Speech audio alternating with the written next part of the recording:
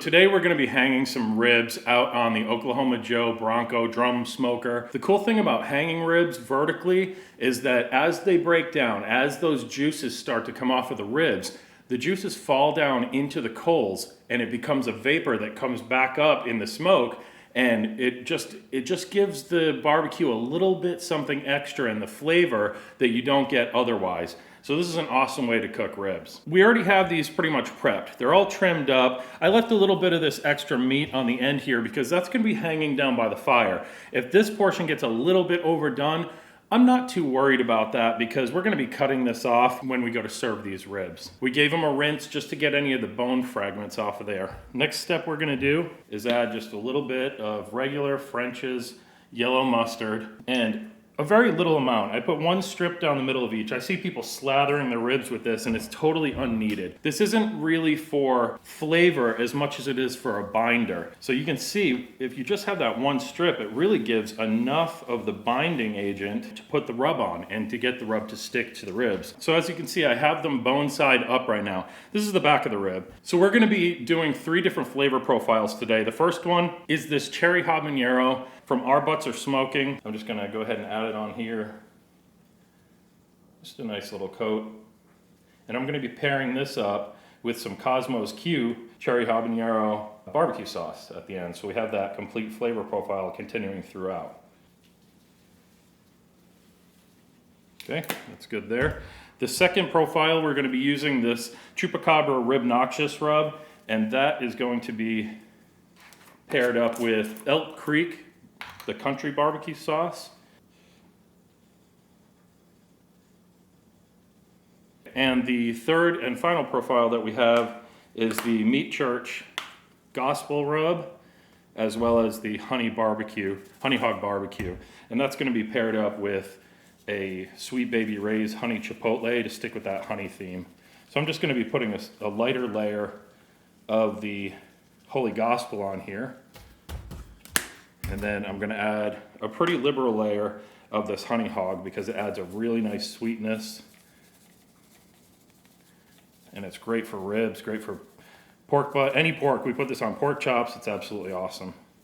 We're gonna give this just a couple of minutes and let this set up, and then we're gonna flip them over and do the other side. We've let these ribs sit for about 5 minutes and the rub is set on this side. You can see it's already starting to come out a little bit, seep out a little bit. So we're gonna flip these over.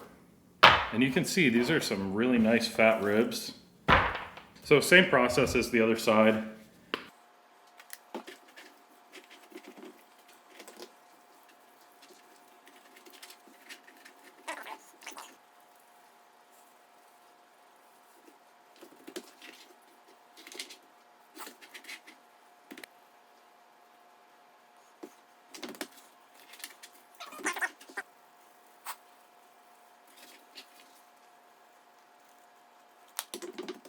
We have our rub on the ribs and we're gonna let these sit. Now we have to go fire up the drum smoker. So these will get about 15 to 20 minutes of just sitting and letting that rub permeate into the meat while we fire up the drum smoker and bring it up to temp. Okay, so we're getting our drum fired up. And as you can see, we had a nice little fire in the middle here. It's turning into ash. I put in a couple of chunks of cherry wood and apple wood. And we're just letting that come up to temp. Now we're going to be putting these ribs onto the hooks. What you want to do is find the fattest part of the rack. I'm not necessarily talking about width here, I'm talking about the fatness of the meat. On this one, it happens to be on this side. When I put my hook in, I want to count 2 bones down at least and hook right under there, right in the middle. Repeat that step for all of your racks. See, this is actually the small end of the rack, but it's fatter. So I'm gonna put this one in right there. Perfect. Now, when we open up our drum, we're running this between 250 and 275 right now. I'm not one of those purists when it comes to time. I'm the type of person who cooks within a certain range, and I watch it and respond to how the cook is going. So these are hanging right above the flame. But the flame's in the middle right now. And that one's actually leaning on the wood a little bit, if you can see down in here. And that heat is just gonna come up. I don't wanna leave this open too long. and those are just gonna cook and smoke. And that's all she wrote. Like I said, probably around the 265 to 275 mark, and see how these go. We'll check back in an hour. So you can see we're running right between 260 and 275 right now, which is perfect. It's exactly where I wanted it. I've got my little dial here at about 1. It's really about between 1/4 and 1/2 inch. This is where you just learn your smoker and you dial it in the way that you want it. I have this wide open up here. This is more of a fine-tuning type of temperature control. It's been about an hour, and we're here to check on these ribs. These things are looking crazy already. Look at that. And we're just spraying them down. Now, the reason I'm spraying isn't necessarily to add flavor. This is apple cider vinegar. It might add a little bit of zing on there, but really what I'm doing is stopping this this from getting too charred up. We want to see how that's drying out there? We're just wetting that surface down a little bit. Perfect. And you can see these are already looking amazing after an hour.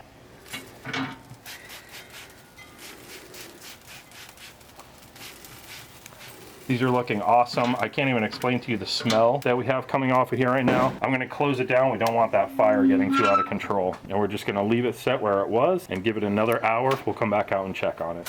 So this smaller rack is looking perfect. This was the one with the meat church products on it. I put some of that Holy Grail and the Honey Hogs. We're gonna be adding a classic, Sweet Baby Ray's. This is their Honey Chipotle, which I absolutely love. It has a nice little kick to it. And I'm just gonna add a little bit there.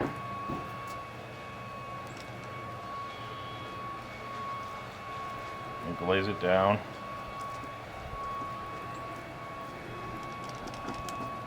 And get those bones.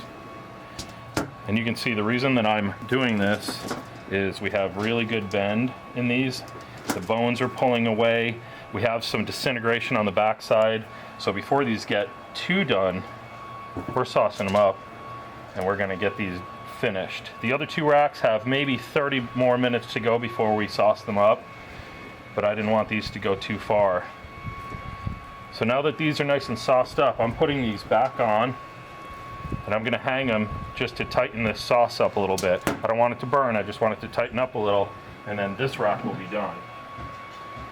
So I'm gonna hang it right back where it was. Look at that. That looks amazing. Going right back on. All right. Let's try these other two. Let's take a look at them while we have them. Actually, this is starting to look really nice. Ooh, these are done too. So this is our Ribnoxious seasoning. You can see it got a little dry right there. I'm fine with it though. I was spritzing these. I decided to start spritzing every 30 minutes because they were starting to get a little dark. So it got a little bit dry right there. That's okay. These are eaten ribs. And I'm using this Elk Creek barbecue sauce. It's that country style. Look at that. That looks beautiful. Man, smells good. Looks good. It smells amazing. Yeah, this is killer. I'm excited. These are going to be so good. So good. And you can see, if you look right here, this is where I was saying it hangs really close to the fire. I'm fine with that. This is a wasted bone anyways. I'm just gonna chop that bone off and the rest of this is perfect to eat. That's why I do it that way. That's why I don't trim it up like competition style when I'm hanging ribs so I don't burn the end. Or if it does burn, we can just chop it right off and have all the rest of the rack perfect. All right, that's looking amazing. We're gonna hang these back up now. Oh yeah.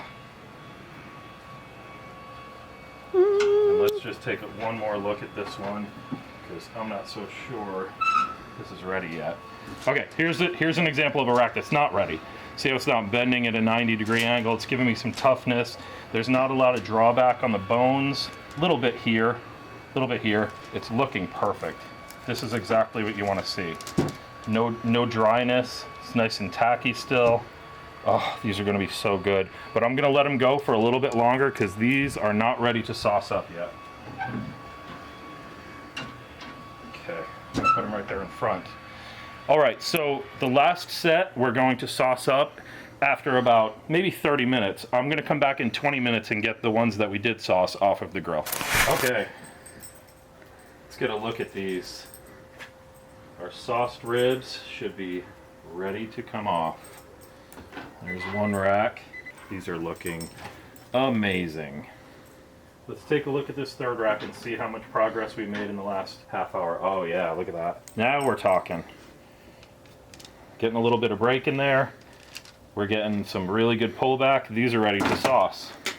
Perfect, perfect timing. These are the cherry habaneros. And I'm putting this Kosmos Q cherry habanero sauce on here just to match the flavor profile. Nice and soused up. Oh, look at that running. Ooh.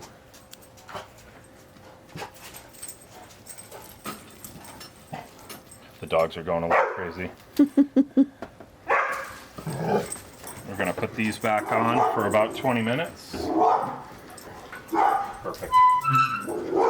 All right, let's take these in and let them rest. We just brought our last rack of ribs in. It's right behind me, and that's resting for about 20 minutes. It took an extra about 25 minutes to get that one done. These racks are ready to cut up. They've been sitting waiting for us for about 25 minutes, and they look spectacular. This is the one that had our meat church and Sweet Baby Ray's on it. Looks incredible. This is the one that had the Ribnoxious, and we put that Elk Creek country barbecue sauce on there.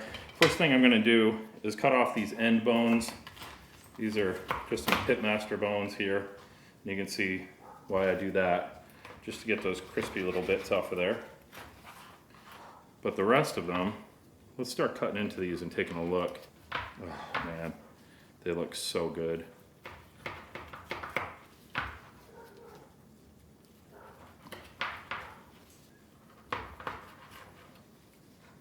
I know sometimes we like the fall off the bone, fall apart style ribs, but sometimes these are perfect. I'm gonna grab one of each of these.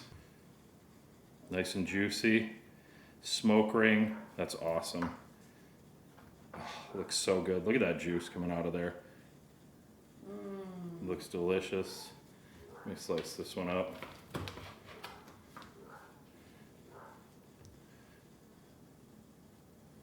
Yep, they both look so good. Let me try this one with the Sweet Baby Ray's over that meat church first.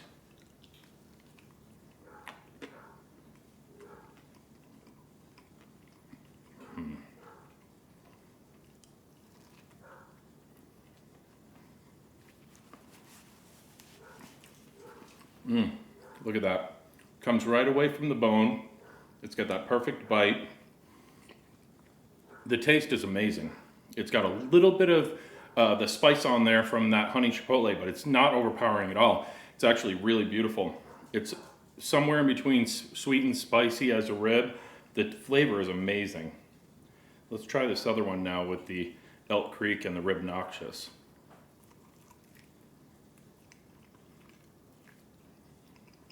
I know I'm getting messy, but hey, that's barbecue. That one's got a really complex flavor profile. Ooh, really good. That one, almost the same type of thing going on. There's a perfect balance there, but I would say it's got a much deeper flavor profile. It's a little bit more complex. Really good though. That Ribnoxious is good stuff. Tastes excellent. I can't wait to try these cherry habanero ribs as well. These ribs came out amazing. I can't explain what hanging the ribs does in that drum smoker. There's just something about it where it just tastes like that old school pit smoked barbecue. There's something in there that just makes you want to dig back in over and over again. It's incredible. Definitely try these ribs out. That Oklahoma Joe Bronco was only about $299, I think, plus tax. And if you're thinking about getting into barbecue, what a great place to start. You can hang your ribs, you can put a place setter in, you can actually have a grill on there at multiple levels. You can have 2 grills in there and do indirect cooking or direct cooking. It's just a bargain of a smoker. Definitely pick one up if you don't already have a barrel cooker. These things are awesome. These ribs are awesome. That cooker really does a fantastic job. And I can't believe how versatile it is for such a low price point. So if you're thinking about getting into it, or even if you're just looking at expanding your grills, your grill selection in your backyard, get a barrel cooker. They're absolutely incredible. We're gonna go serve these up with some potatoes and some baked beans, and we're gonna get to eating. Try it out.